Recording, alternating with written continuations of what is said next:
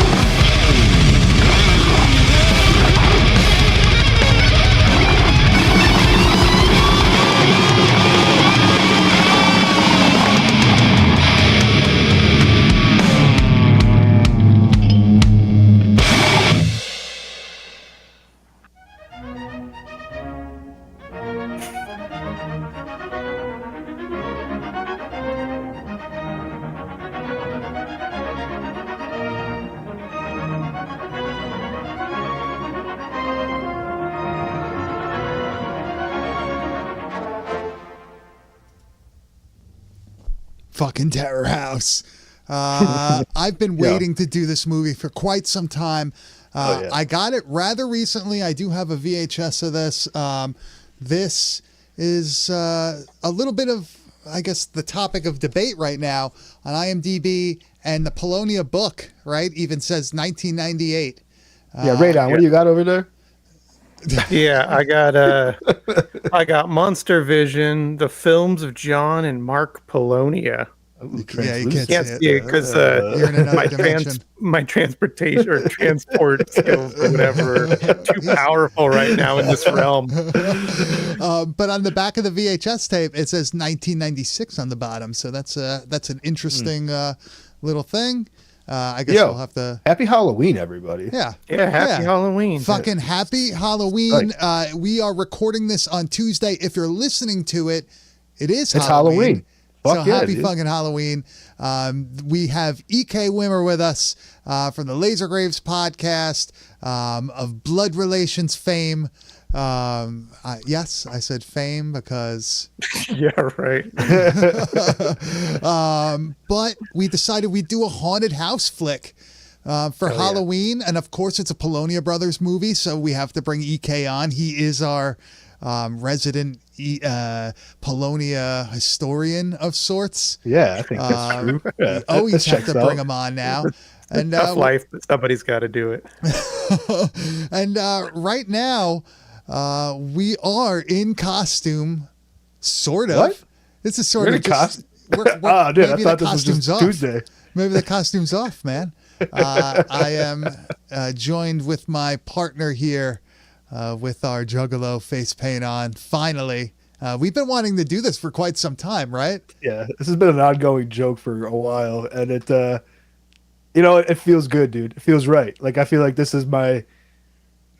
might be the future for me, dude. This might be it. It's the way of life from here on out. You think this is a costume? Yeah, like, this is getting tattooed this week, dude. I'm done. Oh, yeah. You ever see that dude that actually did? Yeah, dude. And like, even they're like, yo, why would you do that? That's fucking dumb as hell. Yo, the videos of them talking shit about that guy are the best part. They're like, yo, that guy's fucking stupid, dude. It must make you feel fucking horrible when like the dudes that you're like emulating are like, yo, you're a moron. Like, yo, this is our job and we don't even fucking have it. Like, get out of here. Yeah. But, me and Grizz and I we are secret or not so secret juggalos. So, I've been a long time fan. This is the first time I've ever put the makeup on. But man, I've been a long time Insane Clown Posse fan. Long time listener, first time painter. Yeah, dude, that's it. That's it. I painted my face. No big deal, dude. There is. And, EK, you went back all the way to Mortal Kombat 1. Well, I mean, he's in like every fucking game, but you're doing the classic, Raiden. Yeah, I'm the one version. Yeah, the original. Are you a Raiden or a Raiden guy? I'm a Raiden, man. Me too, because then they had the guy from Metal Gear Solid that was Raiden, and everybody got it's like, you know. Yeah, it's Raiden. And this is the one I started on, you know, when I was a kid going to the arcade before it came out on Genesis and Super NES. We were all hustling other kids at the arcade and making them pay us to get the fatality codes. And it was awesome. You kind of look like a fucking a white biker Raiden with the fucking handlebar mustache and the fucking glasses. Yeah, I'm growing my beard back out. I was gonna shave to fully commit, but I was like, fuck that. It looks like a cooler version of Raiden. Raiden's been slamming some brewskis tonight. Yeah, dude. This Raiden likes Bud Light, dude. Are we gonna have to do like we're gonna do like the little break? He's gonna come back as like him in the fucking robe and everything with the hand down and shit. Yeah, floating Indian style above everybody. And then with the magic of the internet and computers, we could fucking do that. Yeah, we can make it happen. Yeah. Do you feel like we outdid last year, guys? Is this better than? This feels good, dude. Yeah, it's fun. This definitely feels right. With the background too, dude. We're at the Evil Carnival right now. Fucking Raiden's fucking teleported in for the episode. Let's get into some fucking Terror House, man. Yeah. Wait, actually, before we do that, I just want to say in the chat we have some requests for some new Laser Graves episodes, man. So we're like, what the fuck is going on? I don't know, man. You're wandering in the desert for too long. How can he record fucking episodes when he's saving the universe? He's saving the realm. Jeez, yeah, man, it's hard. Goro's bitch right now, so what can I say? But yes, we are covering Terror House. I'm not going to say it's probably one of the lesser known Polonia movies when you're in terms of like the classics, I guess you could say.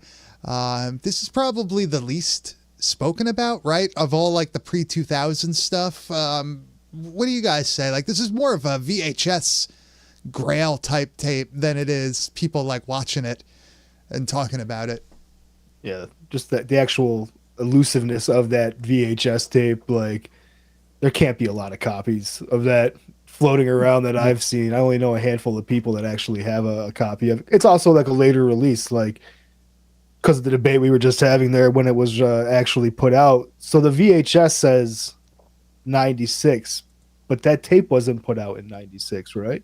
Yeah. And also it's between Feeders and House That Screamed, and there were other films that were coming out around this time that also they never, to my knowledge, never got a VHS release. So it was kind of random what ended up getting released. And this is part of 3 films, that came out. This one, Bad Magic, and Blood Red Planet. Those 3 got their own little special release, but otherwise, Night Thirst and stuff like that. Those things didn't, to my knowledge, never got a VHS release that I know of. Is that a BPE release, or is that actually from a different distributor? That's BPE. Well, so they put that out themselves. Well, and then Sub Rosa also, I think. Blood Red Planet is a Rounds Entertainment release. Okay. So that's like a random ass one. Salt City is Bad Magic. Yeah, but that also but it has the PBE badge on the back. Let's see here.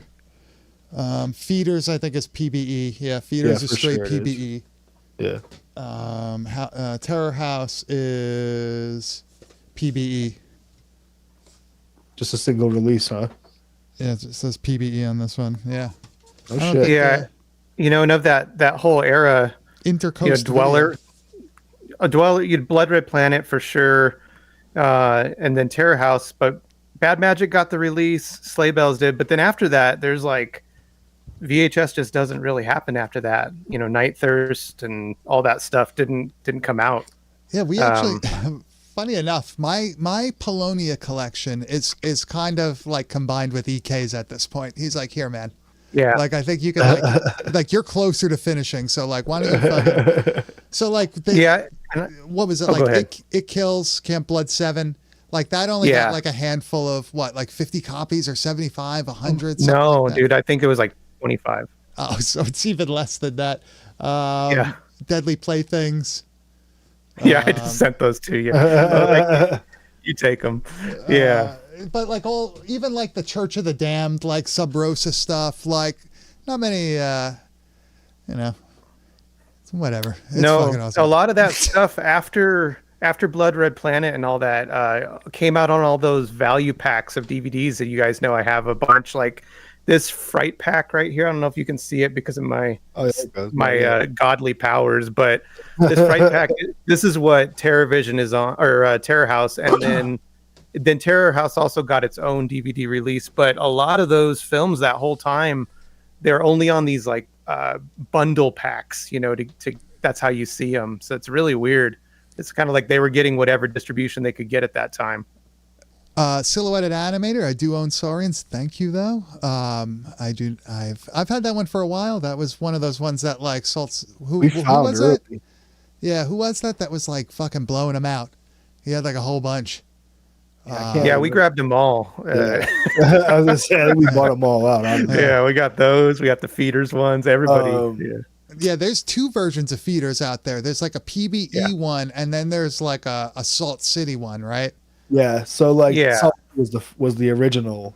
That's the one that was rented. Like there's an actual video store rental version, and then there's just the normal for sale to everybody else. Yeah. Like, this is Mike's got the rental, I think. I have both. I don't know where the other one is, but this is the rental has. Labels different. The label is like different. It's not printed, and it's got like a. This is actually from Blockbuster. Imagine going to Blockbuster and renting fucking theaters. So I always say, like the one I had was from Blockbuster too, and I was like, dude, I can't even imagine this being on the shelf. Like I would have walked by this so many times and like never would have fucking grabbed that in a million years. That's so fucking funny. But we're gonna talk about Terror House. Terror House, man. This is it's like a haunted house film meets H.P. Lovecraft type. Stretch, all right. Yeah, we'll give it to you. Well, that's kind of what this story is supposed to be. Like it's supposed to be like a Lovecraft story, I think. Like it's more Quasimodo than it is Lovecraft. It's like the fucking mutant in the basement killing people and all that shit. Like, yeah. That's, to me, it's like very Lovecrafty. And then like the flashbacks with the woman reading the fucking journal and all that shit. Well, the cool thing about this one is we don't have to give a synopsis for this because we have a nice little bumper at the beginning of this movie that kind of sets up what's going to happen for us. And I actually really dig movies that have something like this before. It's very Texas Chainsaw Massacre-ish. I will read this as we go for the podcast listeners. Each year, thousands of people seemingly disappear without a trace. No clues, eyewitnesses, or the actual body are uncovered. Where do these people go? What you are about to see is one such scenario. The story of 3 college students, all victims of a strange disappearance, and much worse. Crawford Tillinghast. I think actually I have it here. Wait. You want me to finish it? Crawford Tillinghast and brothers Nelson and Bucky Platt, one of whom is blind, are about to take a journey to the depths of the hellish nightmare where death is a welcome escape. You have been warned. Yeah, so basically these dudes get a letter in the mail saying, come to this house, we'll pay you all this money, and you just got to interview some college students about, their life, what's going on. Just normal shit. You just got to, easy money. But the blind guy. The fucking blind guy. Yeah. Oh my God. That's my homage. This is Raiden's homage to being blind. Let me pull out my roadmap and turn it upside down and give you directions. So that's Mark Polonia, right? Playing Bucky? Yeah, that's Mark. Yeah, that's Mark, yeah. All right. And John McBride is Crawford Tillinghast. With that From Beyond reference, that H.P. Lovecraft reference right there. So there you go. But still, John McBride in this fucking movie. What the fuck is he going for, dude? Holy shit. This character is off the fucking walls, man. Dude, he's so good. He's like a college professor. I think he saw like Texas Chainsaw 2. He saw the yeah. beginning of that movie and was like, "Yo, I want to be a Southern yuppie. Like that's my gosh. character in this." Because, like, for a second, he'll have like a Louisiana Southern accent, like a Creole accent, but then it just goes to straight like Southern Pennsylvania, so just funny, regular Southern sounding accent. Not that Southern Pennsylvania is really South, but there is a Southern sounding accent there. One thing I want to say, we got some effects by Mr. Piper in this. Yeah, dude. Brett Piper's Piper. the man. What's these up with aren't his that? best effects, but there's some effects in here from Brett Piper. I'm really hoping when I saw that, because I'm a huge, as you guys know too, and you guys are, I'm one of the other directors I collect is Brett Piper. And when I saw his name, I'm like, all right, let's see what he's doing. And I have to imagine after watching this, he was responsible for the bricks on the outside of the house. I did a good foundation job right out there. So Oh boy, those bricks crack every time it does the exterior shot. It's got those bricks superimposed over the windows. Man, it makes me laugh pretty hard. There's a really funny part that's like, it's when the lightning goes off, when it's showing the front of the house, and you see that they have a light like in the bush facing at the house, and they just turn it up higher and then like lower it. It's not even like a flash. It's like a gradual like ooh. But that's all part of the charm of Terror House. But anyways, like these three guys are three amigos. What was their purpose of going to this house? They were going to interview. They got people. a letter. Yeah. And like they get drugged immediately. This is a party I was Grizz like, is oh, all cool. about. This is like going to the back row of VHS Fest. Yeah, I love how this is after Mark, who's playing the blind guy, is sitting there reading the letter, but he's not supposed to be reading the letter, and he hands it over, and he's like, "Take a look at this." I can't see it. You take a look at it. They do multiple my things. God. Like he said, they have the map. He's reading the map upside down. Why is he sitting in the front seat? Why is he there? Like that is.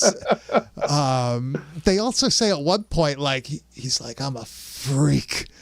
Yeah. It's like, no, dude, you're just blind, man. Like nobody gives a shit.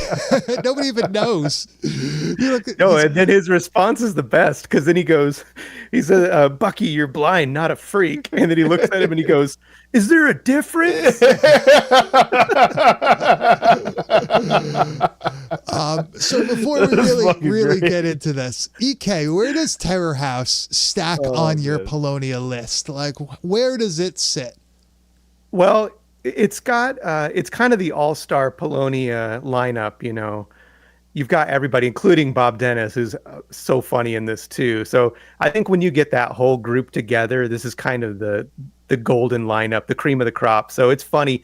And I know that you don't see John in the film, but he's right behind it, laughing at everybody too. So the fact that all four of them were involved, and then you throw Brett Piper in there, it's really funny. It's the one I went through a lot of these ones, this one, Blood Red Planet, all that kind of back to back. And the first time I watched it, it didn't get me as much as the second and third time. Like once I knew I was in for it, all the characters in this one in particular really make me laugh, especially Mark's character is really funny in this one. And McBride is so over the top, it's just like, I don't know if I liked Mark or if I liked McBride more. Like McBride just goes for it on some of these line deliveries, man. It's not, it wouldn't be like top 3 for me, but it's definitely, if you're a Polonia fan, this is a must watch in my opinion, because it's funny. It's got everything you want. And it's funny, like they did this in the mid to late. Well, really, it's probably the mid 90s. I'm going to say they probably filmed it in 96 and it was eventually released in 98. I'm guessing that's what it was. But then they go back to like the haunted house thing with the house that screamed, which is funny because that feels like a more refined version of this film. You know what I mean? Like they have some more experience and everything. Yeah, more money. But I feel like this one has, it's got like a different feeling to it. It still feels like a goofy Polonia Brothers movie. Doesn't have that seriousness that House That Screamed has.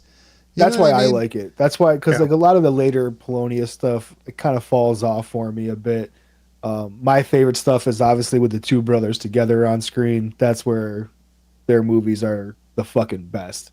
Yeah.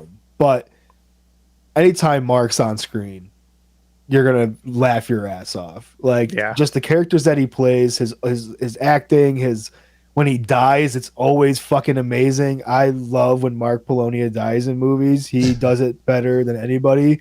Like Black Magic, for instance, that fucking wood chipper thing that he gets fucking fed into, man. That's like one of the greatest things of all time, the way he gets it.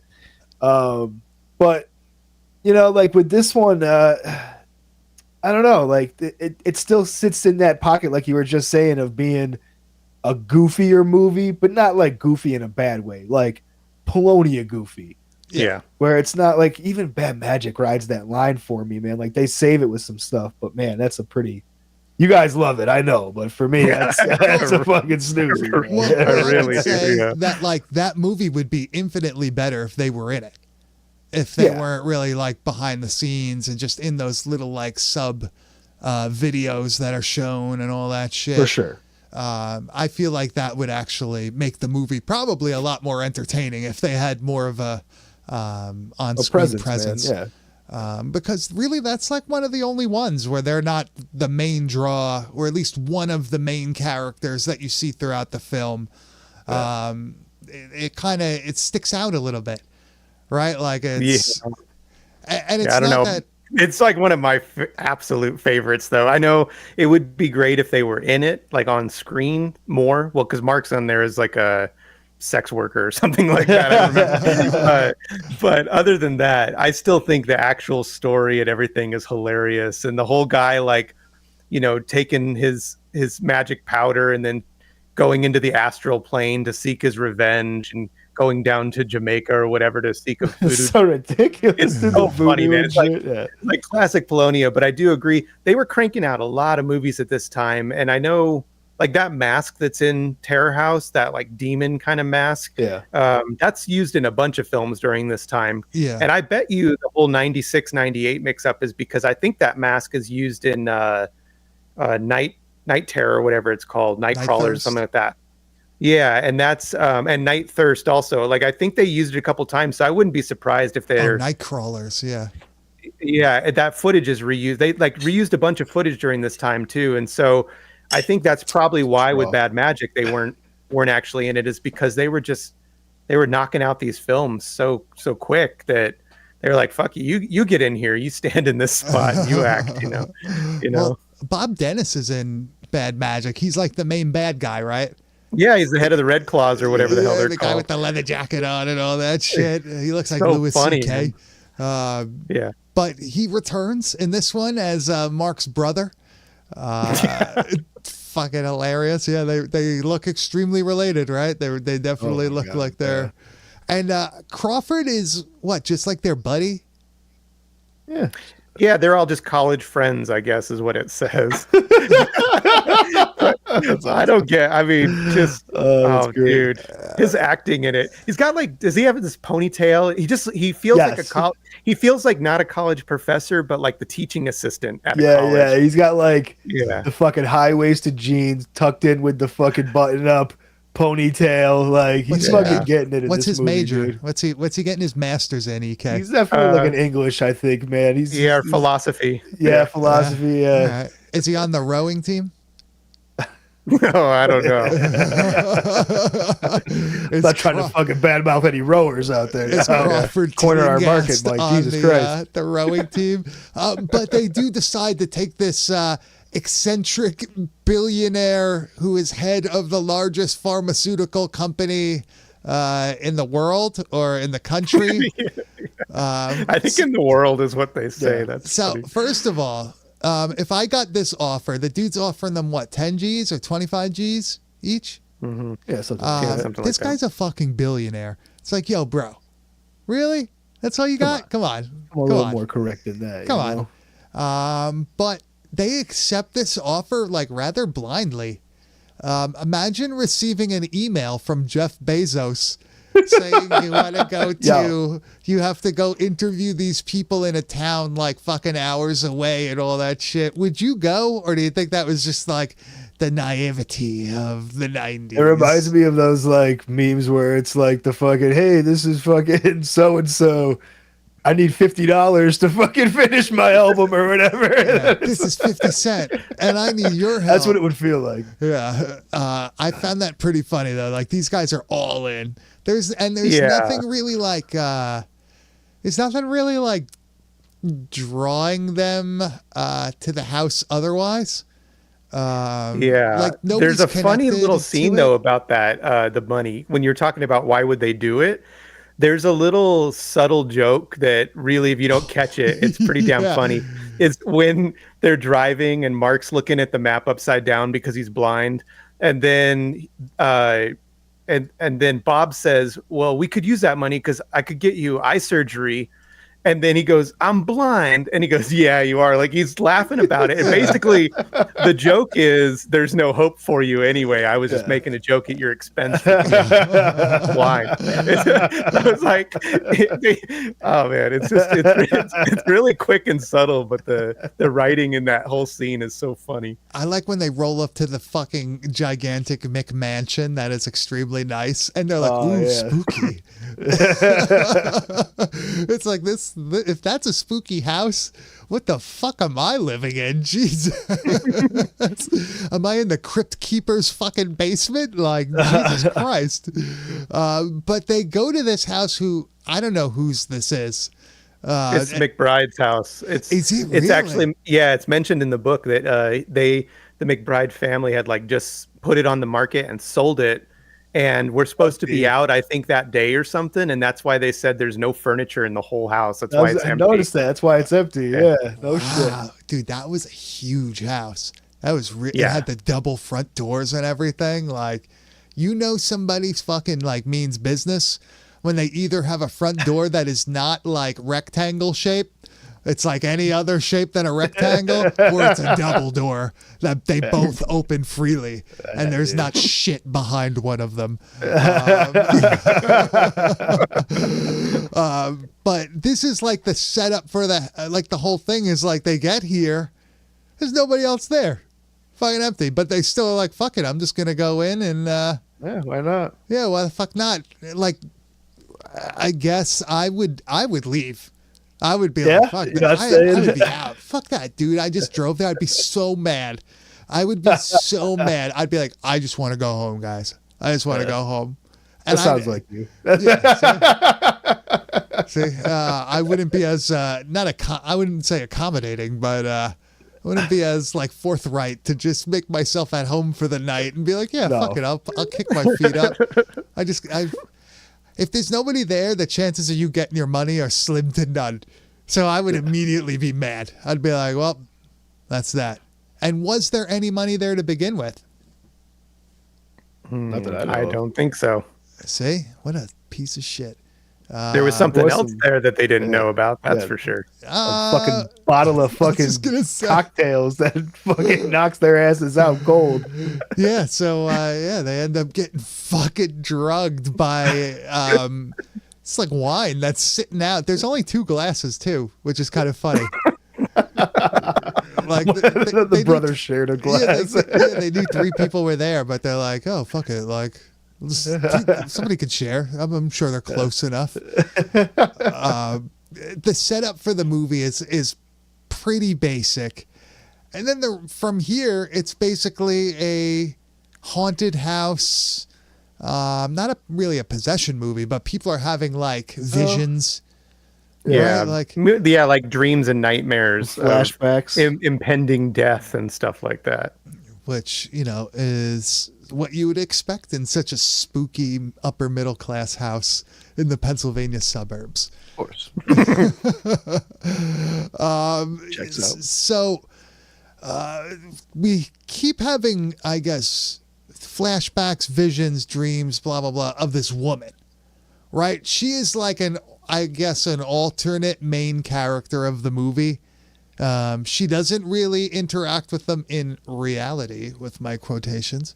But you keep seeing she's being seen by the guys. I think Crawford has a dream of her before they even go, or while they're on their way there, he has a dream of her. So he's being in the car. fucking affected psychologically already. The house is doing something. But her deal is pretty much the same as theirs, right?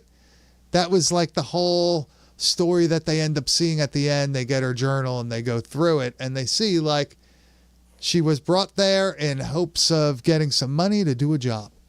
Well, like, and after they like passed out from being drugged, there's like a whole sequence of like bricklaying happening in this like silhouetted fucking thing, and then they awaken from being drugged, and they realize that they are officially trapped in the fucking house. Like this was a cool concept. Come on, wake up! Wake up! What happened? There was something in the bottle. This was after they drank the wine. Those jeans. Get the fuck out of here! Come on. Let's get the fuck out of here. These are those double doors I was talking about. That look right there is the best. Yeah, and that took a lot of effort to do that fast. Shit! Wow. That's one of the best shit delivery in any fucking movie ever. I love it, man. I love that they just look out a door and a window, and it's just a shot of a brick wall. Yeah, as though, like, during that one couple hours of being drugged, they managed to brick an entire house. And it's cured to the point where they can't. Yeah, exactly. They can't push it. They're screwed. So here's my question about that. Is the house itself haunted? Is the monster that we're eventually going to see, like the one doing this? He haunted? Yeah. How the fuck did the house get bricked up? How are these people having... I think the demon did it, right? Is it a demon, though? Is that a demon? I thought it was more of a hunchback, honestly. Well, no, he's got, like, that one mask has got, like, the horns and stuff on it. It looks like that's demon. a mask. He's wearing the mask over his mangled face. Yeah, which is an even worse effect than the mask was. It's like a Halloween movie. Oh boy, I forgot that. That's so funny. So basically, there's a monster in the basement that is stalking the inhabitants of this gigantic house, and it apparently also has powers to fucking brick up walls in a timely manner and other weird things. So it's like not just a monster. It definitely has some type of haunted house. You know, we'll get into the flashback thing here. Here's my question though. Is the house actually bricked up or are they just seeing it? Oh, is it mental? Is it mental bricks, bro? It's just a wall in their head. It's the story of my life. That's deep, Mike. That's pretty deep. You know, I like that. I do like I do like though that they do keep you kind of in the dark until the end of exactly what's going on. They do explain most of what happens, except for how the house got bricked up and all that shit. But I do like that it is pretty straightforward with, there's a monster and this and that. Demonic Masons running around. There's all kinds of cool shit. This fucking so where do you want to go with this? Because there's a lot of just set up till like the finale of the movie, which is them finally being confronted by the beast. Well, I think this is the part when you talk about how does this stack up against other Polonia films. This is where the beginning of the film and the end of the film are going to be for people who just like kind of random shot on video. But the middle is where it's kind of for fans only, because the middle, the bulk of it is the three of these idiots running around overacting the whole time. And that's the humor. And it's funny because if you're familiar with all these three guys, then you're going to find the middle of the film really entertaining because of the way they're acting. But if you're not familiar with these actors and you're not a fan of Polonia's, I could see getting a little bored in the middle. I have a great example of this. When he's like saying that he can sense the fucking thing in the room. Like something is following them. Yeah, he's the blind guy here is like, no, there's something here, bro. Just the way everything in this scene is handled. Here with us. Let's go upstairs. It's not safe down here. This is how most of the dialogue is in the film. Fucking place. This Well, guy- damn it. Anywhere in this fucking place. Something else is here with us. I don't see anything. It's here. I know. I can sense I don't see anything. Oh, Get your ass up. Whoa, there you go. I'm really See, curious. that's the best part of the film to me is just their acting the whole entire time. I mean, the ending does really deliver. It's pretty funny, but the middle part for me, I don't know. I feel like if you're into Polonia films, you're gonna really enjoy the whole middle section of them just going room to room. Mark really hamming it up with his blind acting. Oh, John really going over the top. I don't even know what he's channeling for his character, but he's all in, man. It's a really funny. The characters in this are really funny, I think. I like when they find the diary of the woman that was there and they start going through that. And that's an extremely long sequence also for a movie that's Yeah. only like an hour and change.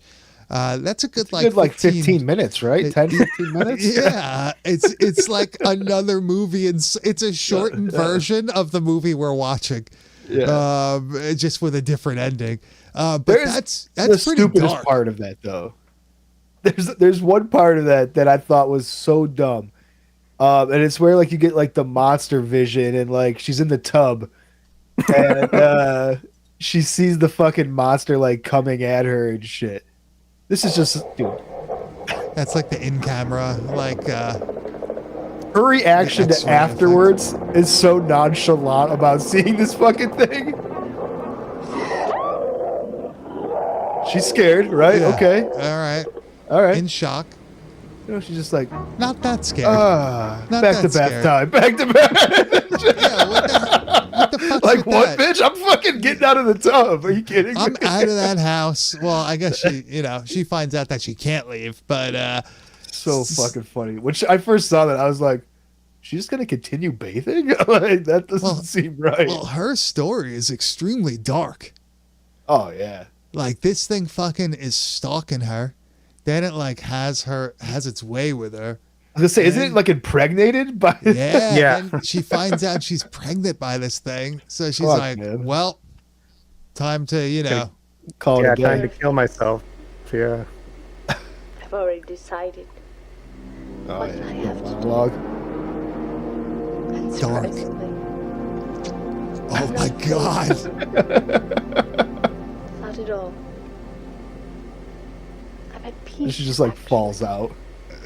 I'm at peace, It's very actually. reassuring. Very reassuring. Yeah, they went dark on this scene, right? Yeah, this is super dark. Look, and she just falls over. Damn, Oh. Polonia. I like how who is it? Fucking Dennis is like, I wonder what happened to her. And Mark Wahlberg's like, she's fucking dead, bro. She fucking died, man. What'd you think happened? Yeah, that is the best fucking part. I forgot all about that. He's like, "Oh, what happened, bro?" Yeah, and he's like super insensitive, just like, yo, he fucking Oh. died, dude. What are you, stupid? Dude, don't make my fucking eyes water, my makeup. Come on. But this is pretty much where we start seeing our main characters get dispatched by this mutant monstrosity from the world's richest man. And it's funny because these guys are like being attacked by this thing. And there's a real relevant line in this movie that back then it was relevant and it's still relevant now. Where Mark Polonia, I think, says, like, how could anybody do this? Like, who could keep this a secret? And fucking John McBride's just like, he's rich. He could do anything he fucking wants. Yeah, dude, that's how it works. I was like, wow, man, that shit is still relevant in 2024. But these guys start getting fucking killed one by one. And I really wasn't expecting Bob Dennis to get fucking killed first. Knocked off, dude. Done. Oof, yeah. Did you say knocked off? That's a good term for it, man. Because that is a great term for what happens to him. He literally gets like pimp slapped so hard he's decapitated. It's so good. Oh no! He's wrestling with him on the top of that. That's a nice fucking house, damn. They're watching from downstairs. Like, don't break the railing. The house just sold. It's just that fucking monster. Yeah, no noise. joke. Yeah, he's Oh, slaps there his you head go. off. Imagine like you're at the base floor of your house with your buddy looking at your other friend fighting a monster, and you see his head get pimp slapped off. Just fucking whack backhanded. gone. Backhanded. That would be shocking as fuck, man. I don't know. Oh, I don't know it's how funny I as would hell. take that. I don't know how I would take that. But he's the first to go. Very unfortunate, but life goes on in the terror house. But next is probably my favorite thing in this film because it's so ridiculous. This is John McBride's. John McBride's death. You got to show Crawford- both parts. The part where he has the upper hand, where he's fighting the monster, it's quick, but it's fucking worth showing for sure. He's slamming his head over and over into the counter, Fucking tub or whatever. but he's being real careful with him. He's like, "We just sold this house. Don't hurt the counter."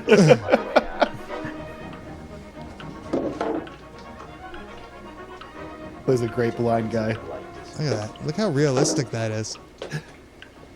He can't see shit. They just there it is. Yeah, like he's hugging him. Ooh, ooh, ooh. Be careful. But unfortunately, the monster It's is the upper in- hand, man. Yeah, So he good. does. He gets two. He gets both hands. He's so he's good. pushing John McBride against the wall and just rips his fucking arms off. John's standing there with his two stumps. Damn it. Yeah. I love that line too. He like hears him die. And he's like, "Damn it!" Raspberries. A little deadly prey move right there. It's Yeah. pretty good. Oh yeah. But eventually, the monster comes after Mark Polonia, and we get the reveal, just like every Friday the 13th movie or whatever, of what the monster actually looks like. Bro. And beforehand, there's this like touching moment that like the Mark character has with like the beast. He's like, I'm a fucking mutant also, bro. Like, Yeah, I'm a freak. Remember? yeah, dude, I'm also a freak. I get it. Dude, I was like, what the fuck? You don't understand a word I'm saying, do you? Look at the wig that he's wearing also. It's like a dinosaur mask with a wig on. Yeah, this is the best part though. He takes it off. It's no better than the Dude, he looks like Another mask. it looks like a mask of Grandpa from Texas Chainsaw. man. Mask on mask. Yeah. But you get the face reveal, and they don't have the bond that Mark thought, and this dude tries to kill him, but Mark, mortally wounded, decides, "Fuck it, I'm taking the whole damn thing with me." Well, actually, he said before, there's a really good line that he has that we didn't mention it, but we did show the clip where he's like, if I can't get out there or whatever, I'm going to burn my way out. It's like, damn, bro. Yeah. Like, that's a sick line. So, him doing what he does in this scene would not create the explosion. It's like two small cans. Yeah. Yeah. This would just blow the can across the room. Like, poof. Yeah, it'd be a fire for sure. Man, That'd be dude, awesome. I It would- really love this scene though. The whole when he's like feeling around as a blind person and there's two canisters of gasoline and you're like rooting for him. You're like, yeah, they're right in front of you. Just keep looking. And then he basically like pours it all over his On hand. himself, yeah. And then he like wipes it all over his mouth and he's like, it's gasoline. I was like, you didn't know by fucking smelling it, dude. I thought all you had over you. heightened senses because you couldn't see.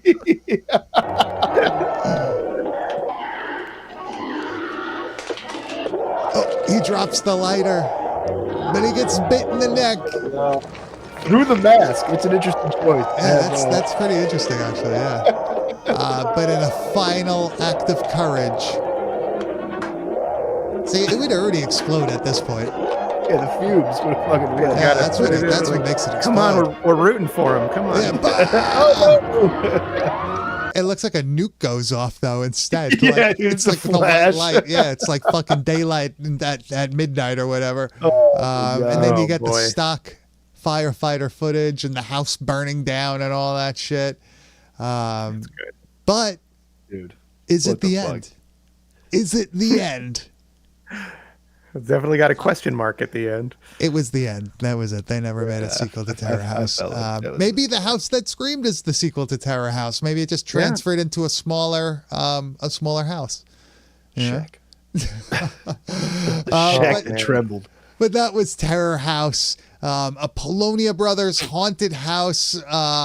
Just crazy fucking watch. A movie that you could definitely watch with a group of people on Halloween or something if you're drinking or doing whatever, smoking, whatever the fuck you're doing. Fucking partying, Fucking dude. party. Woo, woo, woo, you got your fig. Just make sure the wine's not drugged. If you're gonna get bricked in your Nah, if buddy's you're house. partying with that's us, boy, that wine's always drugged. But yeah, Terror House movie's fucking awesome. I still find it funny that there's that DVD out there. I was like, yo, EK, you ever see this? And there's a Terror House DVD, like a straight, it's just Terror House. I never Is saw it that. like a fucking in that pack that I have, it comes with the real DVD. So See? it's just they took the actual DVD here and they just put it in this pack. no shit? Yeah, so it's not like one disc with 3 movies on it. It actually is the fucking Did you Terror say- House Oh, disc. yeah, it's the actual Terror So House. That's so funny. in theory, you could just print a jacket Yeah, Oh, exactly. and you have the DVD. Sweet. There Yeah, you and then go. I can list it for 400. OOP HTF. Come up, baby. And that was Terror House. But now it's time we head over to the wide world of metal. Metal? Shit, I don't even know what that's the one. For a very special episode, we will be covering the Great Malenko. No, I was gonna say, are you guys wish. ready to break down the ICP's greatest hits? We could have did it. We could have did it. But Grizz, what do we have? What do we have today? We are actually going to be covering the one and only Iron Fortress Records. They are putting out a new Halloween horror, mixtape of all their best bands and shit like that. We've covered Iron Fortress before. I've done a previous kind of sampling of some of their bands. I am still fucking completely obsessed, with this record label out of Kansas City. They are just signing the best bands from everywhere. And this Halloween mixtape is cool as fuck, man. I think this is a good showcase of some of the newer stuff that's coming out. I think the full release is going to be on Halloween itself. So these are just kind of the actual single releases for the album. Let's I don't know, man. I want to save EK's favorite for last. So let's start with the Mortuary Ghoul and the song "The Devil's Eyes." That's my favorite. Isn't it nice? Yeah. Yeah, here we go. Yeah, this should be. Halloween You see, like that artwork? artwork. Yeah. I just like this production. I like any band that uses this type of production. The vocals are so cavernous, dude. I love that. Yeah. That bass is sick. Damn. That's some It's just good death metal, dude. Yeah, that's some good Good fucking modern Yeah, shit, it's just man. straightforward. That's what I liked about it too. There's no tricks. It's like just give it to you. There's all right. So this is funny because we're gonna go to my favorite. So it's kind of worked out. We each kind of liked a different one of these. This is the band Anthropophagus, named after one of the greatest fucking movies of all time. And the name of this one is probably one of the best fucking names for a song that I've ever heard in my life. The song is called Orphan Funeral. That is the fucking funniest, darkest shit, dude. The artwork though is awesome. Oh, I man. love this artwork so much. Oh, it's so good.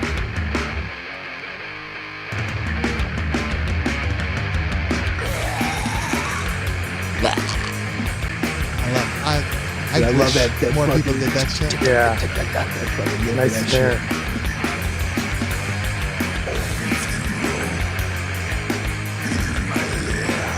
Dude, this band fucking rules, dude. It's fucking awesome. That song is like, it's a good like I think it's like 4 minutes long or some shit. Dude, it's awesome. The different turns and shit that song takes. The vocals on that are so fun, man. I just love that guy's delivery. Good production too. That's the thing with all of these Iron Fortress stuff, man. The production is fucking amazing. And it's all different. It's not like that doesn't sound like Mortuary Ghoul at all. Yeah. But it's got its own fucking unique thing to it, and it sounds just as good and like cleaned up as like it should be for the style of music, man. Yeah, definitely. And so yeah, we're gonna get into EK's favorite here. This was what the fuck is the name of the band? Ectospire. Yeah, that's cool. Yeah, and the name of the song is Ectoplasmic Manifestation. There you go. Great artwork, also Tomb of the Dead.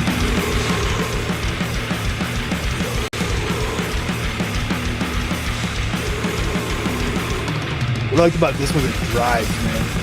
Yeah. Blast.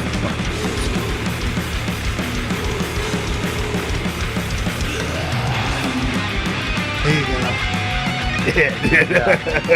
Yeah. I love that shit. I love any solos. I like that one's got some sections to it that you can explore. You know, it's not just one thing. It's like, and it really comes with a punch in each section. But with the middle song, what I really liked is that when I saw the running time on it, I was like 4+ minutes for this. Holy shit. And I thought they were just going to repeat, 2 sections, but it closes with a really great solo. Like that guitar solo that comes in at the end is held off to the very, very end. And I thought that so was worth listening to. Yeah, not to miss that. Yeah, it was great to kind of keep your interest to the end because then there's a payoff. And the same kind of happened here where they didn't reveal that right away. They kind of kept your interest for a while because this one's also like 4 minutes. Same thing with that blast section that we just heard there, where it's like that the parts before that are not as heavy as that. It like builds up and then it just kicks you in the fucking teeth with this like driving fucking beat into the blast section. And I'm like, dude, that's why I picked that section. I'm like, dude, that's where I like the song just sold me. I was like, I'm fucking all in from here. Chris, is this going to be all like complement each other. Is this going to be like a hard copy? Like, are they going to actually have a? I don't know if it's just going to be a digital thing. I mean, I don't think they're putting out like that would make dude putting this out as like an LP or some shit to like a press it would be fucking awesome. That's such a good idea. Or even on cassette. I mean, that would make even more sense. Yeah, everyone's doing that shit now. For sure. Would you buy more split singles if they did shit like split sevens of like bands like this? Like you get like a 4-minute song of each band or whatever. I mean, I'm from the grindcore world, dude, and like I have a fucking whole like tub of fucking splits that are like 4 or 5 bands, 6, 7 bands. Like that's just how you did things to get your shit out. And like I have no issue with that at all. I think it's awesome to like put some things that are similar enough together, but they're different in their own way to push together so that more people like who might be into this one band can now get introduced to like 3 or 4 other bands that are like, dude, now I'm going to go out and fucking, support this band. I'm going to buy this band's merch and shit. Like, I think it's just a really smart way for people to work together to push the genre forward that they're all getting behind, man. I think it's a good compilation when you don't skip the other bands. Like, you've done a good job selecting the bands for this comp when all 3 that we just showed hold their own. And I'm interested in looking into and learning about all 3 equally. I'm not going like, screw the other 2. I just want to know about this one. That means they did a really good job. Like that's a good compilation right there. Alan Cantation says he'd buy a split tape of all the Bad Taste Video All-Stars. That'd be a pretty fucking awesome split, to be honest. That'd be good, man. Bad Taste Records. EK, what you just went to a show rather recently, right? I went and bitch. Finally got to see Worm live, and let me tell you, man, they delivered. I was really curious how they would pull that off live because that's that production on that album and the playing on that album is so top notch that I thought, well, they'll probably really dummy it down for a live performance. Man, I was wrong. It's like it was amped up, and the lead guitarist, had everybody kind of eaten out of his palm. Like No shit. but he looked like he came straight out of the Renaissance fair and grabbed his I guitar. love that, dude. And Like, like, man, I don't know yeah, that it the was lead singer, dude, the dude who amazing. basically does, he like wrote everything. Yeah. He just puts on such a theatric show. I've seen some videos, Dude, and he is yeah. everything you want in like this black metal front man. You know, like he embodies that completely. Yeah, it was awesome, man. He had a sword, he had a goblet, he had a Fuck yeah. candelabra. I met up with my friend Titwolf. Shout out to him. He's on here. He's a big tape head too. Oh yeah, And he's a big Whoop, Worm whoop, buddy. fan too. Yeah, and we met up and we were like, holy shit. You know, we were both real curious because a band like that is, how do you translate that live? And man, they Yeah. did a good job. So if you have the chance, definitely go check out Oh, it's Worm on my live. list for sure, dude. Yeah, If they come they anywhere near deliver. me, I gotta see it. So, That was Chris, where good. can they find the split that we spoke about tonight? You could go onto Iron Fortress's Bandcamp. They have all these listed out individually. You can check out. There's more than just these three. There's a bunch of other bands that are going to be on this compilation as well. So like, go down their list of all their recent releases on Iron Fortress's Bandcamp. You can see all the different ones that are all under the same title. And man, this is every single band, not just the ones that we just heard right now. I could have easily put up here, and it would have been like talking the same way about them. It's really a solid, that record label. Hats off to Iron Fortress, man. Just constantly killing it. Yeah, that's fucking awesome. But EK, any special plans for Halloween? Nope. I already went to the mandatory socializing party, and as an introvert, I'm good. I'm socialized out. I'm going to hang out and not go out. Feels good. Yeah, fuck it. No, I'm taking my kids out. They're going to go do their thing. So, Hell yeah. you know, you got to step up and be the parent on trick or treat. You gonna wear the costume when you go out? Yeah, I kind of ditched them the last couple years. You know, I saw Wasp last year on Halloween. I saw John Carpenter another Halloween. So this year I got to actually be a present father. You know? Step up. Yeah. Grizz, you just gonna hang out, do nothing, watch the movies?